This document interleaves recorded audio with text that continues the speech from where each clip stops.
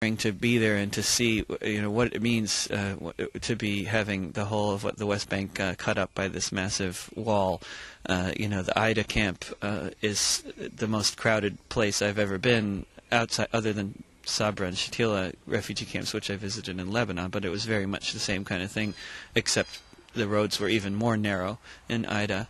And it's just this incredibly crowded place where everybody's living in closets and working in closets and going to school in closets and walking down these tiny little alleyways that a lot of Americans would be too large to even fit through, and I mean, just astounding conditions that they're living in.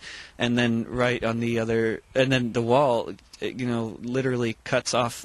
There's not a foot of non-building space. I mean, as soon as you pass the last building, there's the wall, and then on the other side of the wall is all this farmland and area where the kids used to be able to run around and play, and area, of course, where the adults could grow crops and feed their families, and now all that's gone. And I mean, the only area that I could see in the entire camp, unless I missed something significant, was the UN school, that was probably the biggest area in the whole place where anybody could actually run around, and it's a concrete, like a concrete area about maybe 100 feet by 50 feet big, and I don't think there's anything else even close to that big, and it's concrete. And I'm a father of a small child, and so looking out at seeing the children attempting to run around on the concrete, and they were constantly falling and injuring themselves because it wasn't appropriate material for kids to play on, really. Let me jump now and talk about maybe your most controversial song, Janine.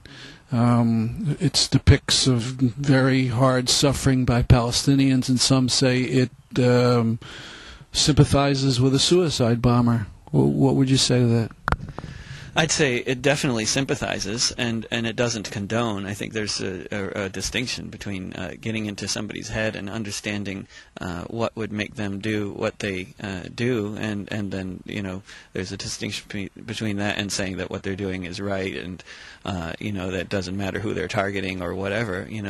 But I think that people who say that I'm condoning suicide bombing, it's a bit of a sort of black and white way of looking at things, and I think people with more understanding of what artists do understand that when you take a perspective as an artist, that doesn't mean you agree with everything about that perspective. I mean, I think there's great value in taking the perspective of all kinds of different people in all kinds of situations, and you take the perspective of I think it's important actually to take the perspective of people you really don't like and that you don't even sympathize with at all. But that has value too. But I certainly sympathize with the young people who oftentimes. I mean, I think in something like, I can't remember the statistics, but I think in the vast majority of cases, suicide bombers are people who are not motivated by religion. They're motivated by the fact that family members close to them have been tortured or killed or both by the military, and so they have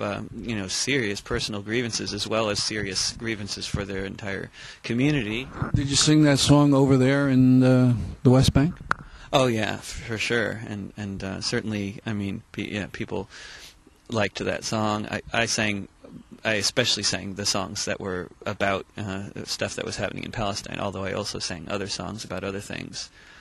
It was, I think most of the people that I was singing for at most of the gigs actually didn't speak English, so I think it was more that they were told that I was singing songs that were in solidarity with the Palestinian struggle, and they liked that idea. And I think in terms of the style of music and in terms of the language, I think it was all pretty inaccessible to most of them. But certainly there were gigs like in Jerusalem where most everybody did speak fluent English, and I could those went over a bit better, but Let's talk about music. How did you get involved in music and made it your career and so on? Well, as you noted, not that your viewers did, as you walked in here, my parents are musicians and my whole family is musical, so I grew up with classical music everywhere, and then got into, I discovered sort of music, the folk tradition of talking about what's happening in the world, of, what we sort of could call political music, at a pretty early age through Pete Seeger. My mom was a fan of Pete Seeger's, and then later as a teenager, 19, 20, I guess, I discovered Phil Oakes, and then it kind of snowballed from there. And then was Oakes alive when you heard him? No. Phil Oakes hanged himself the day before my 9th birthday. I didn't know that at the time, but I found out later. Yeah, you were saying his Draft Dodger rag so well over there in Old Lyme. I'm a big fan of Phil Oakes for sure, and I think a lot of people. I mean, I often sing that song, and there's people who or other Phil Oakes songs, and there's people who know his stuff, but most of the time, most of the people don't. Even people who've been fans of my music for years. So it's interesting how that can happen. Like, what are the avenues through which people came to my music if they somehow discovered me before discovering Phil Oakes? To me, it's a bit odd, but that's the way it goes. So. And who taught you guitar? I took a few lessons, but mostly pretty much self-taught. I grew up playing classical cello, so there was a lot of that could be applied to guitar. But otherwise, it was really more about the oral tradition, listening and watching musicians that I wanted to emulate, and then learning their songs and learning how to play their songs as much as possible the way they did it, which I recommend for any artist out there who, even if what you want to do mainly is write songs, and you're never going to write anything decent until you learn how to learn other people's stuff in large quantities and really imitate what they're doing. And I think imitation is the best way to learn. Besides Seeger and Oakes, who else do you listen to and admire?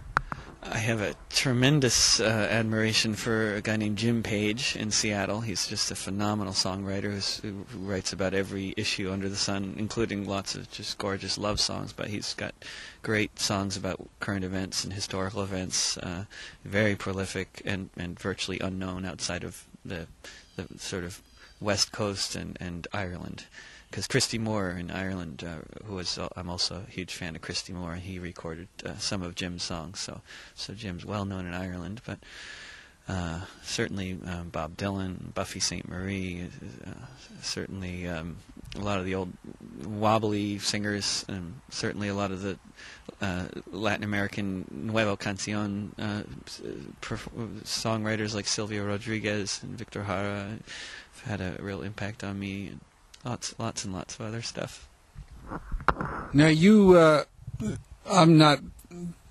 don't know much about the music business, but you seem to be kind of a pioneer in one sense, giving away music and working with the commons. Could you talk about that a bit?